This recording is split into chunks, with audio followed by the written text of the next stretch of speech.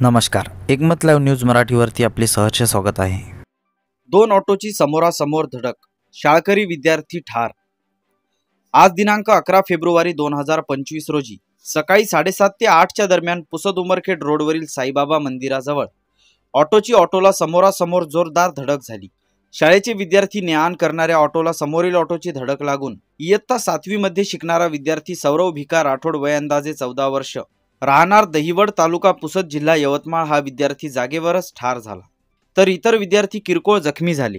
सौरव भिका राठोड हा श्रीराम आसेगावकर विद्यालयाचा विद्यार्थी असल्याचे समजते। या दुर्दैवी घटनेने संपूर्ण पुसद तालुक्यामध्ये हळहळ व्यक्त केली जात आहे। घटनेचा पुढील तपास पुसद शहर पोलीस करीत आहेत।